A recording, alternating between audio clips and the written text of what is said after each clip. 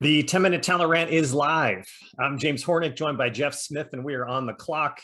The 10-minute talent rant is our ongoing series where we break down all the things that are broken in the talent acquisition and hiring space, maybe even pitch a solution or two. I think today's like all solutions. Yeah. Anyways, before we dig in, all of our content can be found on talentinsights.hirewell.com.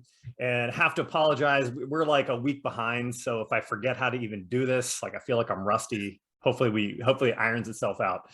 Yep. This week, episode 60, how to hire your first of any skill. Ready for this one? Yeah. Yeah, it's going to be like, this is the easiest takeaway post of all time. So. Yeah, hopefully. So here's what we're seeing right now and why we wanted to do this. This is what I've wanted to do for a while now, but I want to wait for the right time. We're seeing a lot of companies trying to do more with less. We're seeing a lot more hybrid roles, companies that are hiring generalists who are doing multiple skills, trying to combine them, not in a crazy way, but just like how the best way to cover the things they might need. We're seeing a lot of more seed series and series A startups. The smaller startups tend to be doing more of the hiring. Which is interesting. Like you would Yeah. think the opposite, and that was a key takeaway here. Yeah. And kind of with all this, like what this means is a lot of companies are hiring a lot of skill sets for the first time ever. So maybe they've hired lots of developers before, but they never hired a marketer or a head of sales or some of these type things. And it's hard. And you might not think it is or it should be until you've done it and you completely botch it and you realize you had no idea what you were doing. And you're like, why didn't someone tell me all the things I need to know to get this done? And it would have saved me a lot of time and aggravation, wouldn't set me back and whatnot. So that's the episode. So if you're making your first ever hire of some other skill set you've never done before, we're going to help you out today. Yeah. Newsflash. We've lived the life, literally. So we've been in business 20 years. We have hiring recruiters down pat. Hiring everything else, ops, F&A, HR, marketing, we've gotten more wrong than we probably have gotten right. There's some key stuff that we've learned, and we want to steal a lot of this. Kudos to Brian Heel, who is one of our A+ hires in this realm. He even helped us put together this list. But we have 5 key takeaways. So James, you want to start us off with number 1? Yeah. So kind of the first thing, you bring someone on board, and I'll use Brian's example. He was a marketer. Like I'm kind of a content marketer, but not a real marketer, but Brian's a real marketer. Don't pretend to know what they know when you've never been in that seat before. Now, conceptually, like all these roles make sense. You might be hiring an HR person or a marketer or something else like that, and you get what they do, but like the devil's really in the details and like the granularity of it. So like I don't know how long any of this stuff takes, right? Like I know what tasks need to be done, but I don't know if I haven't had to do it before.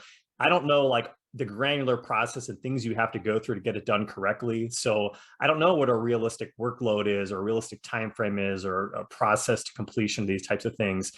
And misunderstanding that or screwing that up or making an assumption, it leads to excessive work, double work, burnout, like all the things you don't want.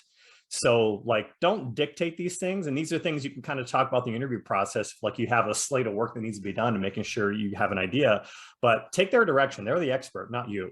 And I mean, that's why you hire them in the first place. So just making sure you're kind of aligned on kind of what's realistic from like a workload standpoint, best way to hammer that out. There's nothing worse than walking into a seat that you were told you were going to be the subject matter expert in, and then having no autonomy to do any of the stuff that you sold to them. So yeah. 2, structured onboarding, especially when it's remote. So like in the old days, everything was simple. You had the basics down. We had the basics down. We had a training plan, a structured agenda, but most of this was just recruiters, shadowing, one-on-one, sourcing strategy. It wasn't that difficult, and we repeated it so many times that we had it down pat.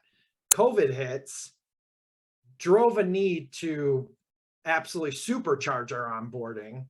We did it, and almost all of it had to be remote, given we started to hire en masse outside of Chicago.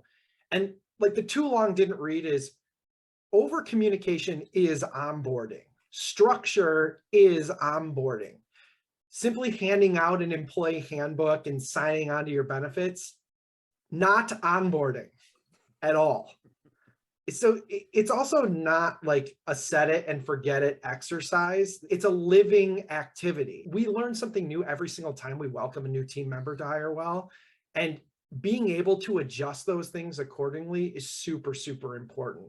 So Brian's feedback specifically was, and warms my heart, it was the best onboarding he's ever had.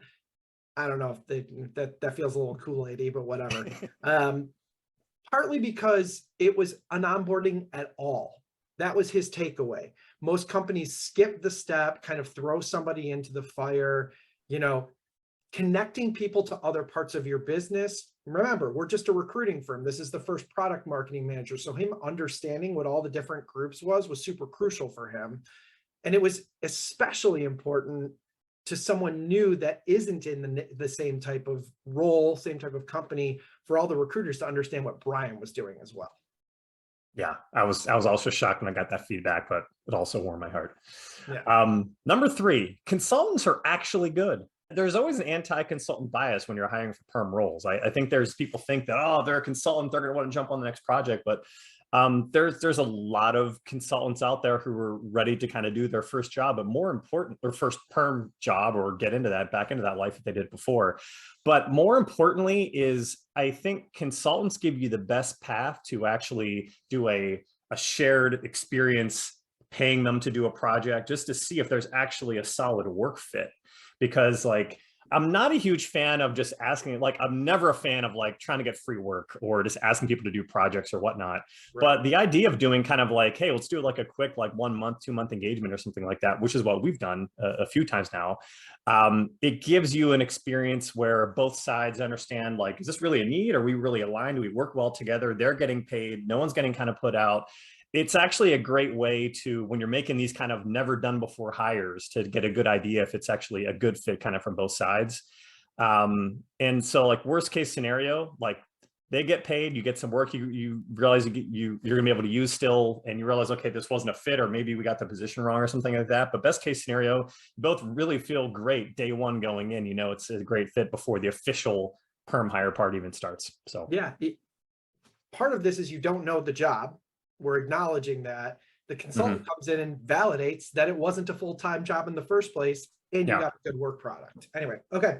Number 4, transparency, king, queen.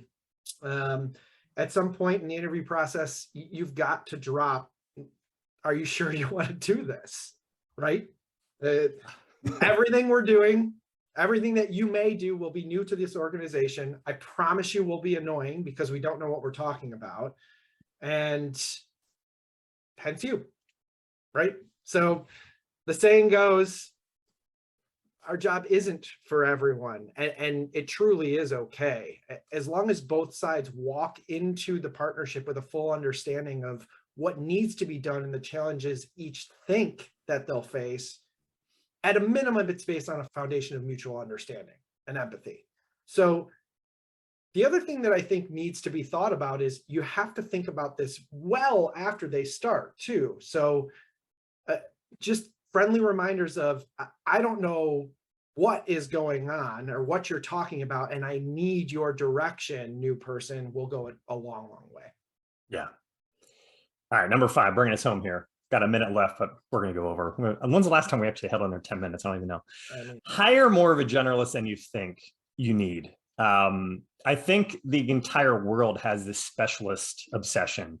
People think their initiatives are so big or so hard, they need someone who just does just this. And that's like the main focus for what they want to hire for. And even if it does occur to them, hey, there might be some other things that come up, but if you get the right specialist, they'll be able to kind of figure those things out. But a lot of times you'll find out that whatever that hyper specific need you thought you really needed is you think it's like a super complex and huge job. It ends up being not a big deal. It ends up being way smaller than you realize. Yeah, and then you have back to the contractor stuff. Yeah, right? Then you have other things pop up. You realize, oh wait, we have these other needs that are even harder. And like you're like, when you hire a specialist, like it's not something they want to do. It's not something they were focused in, and you're asking them to kind of pivot into something versus. So just like, don't bank on, I don't think many job seekers are trying to oversell their ability to kind of take on something they don't want. But like, of course, everyone's going to say, yeah, sure, I'll do that. I mean, it's just typically the way that the interviews kind of work out. But focus on hiring someone who's got a broader range of skills to pull from, more life experience, a generalist who's done different things, broader responsibilities. It's an easier lift if you do, when you do realize that some of these initiatives you have aren't as big as you realize, and there's other things that are also press and come up. It's an easier lift for someone who's more of a generalist background to kind of take on.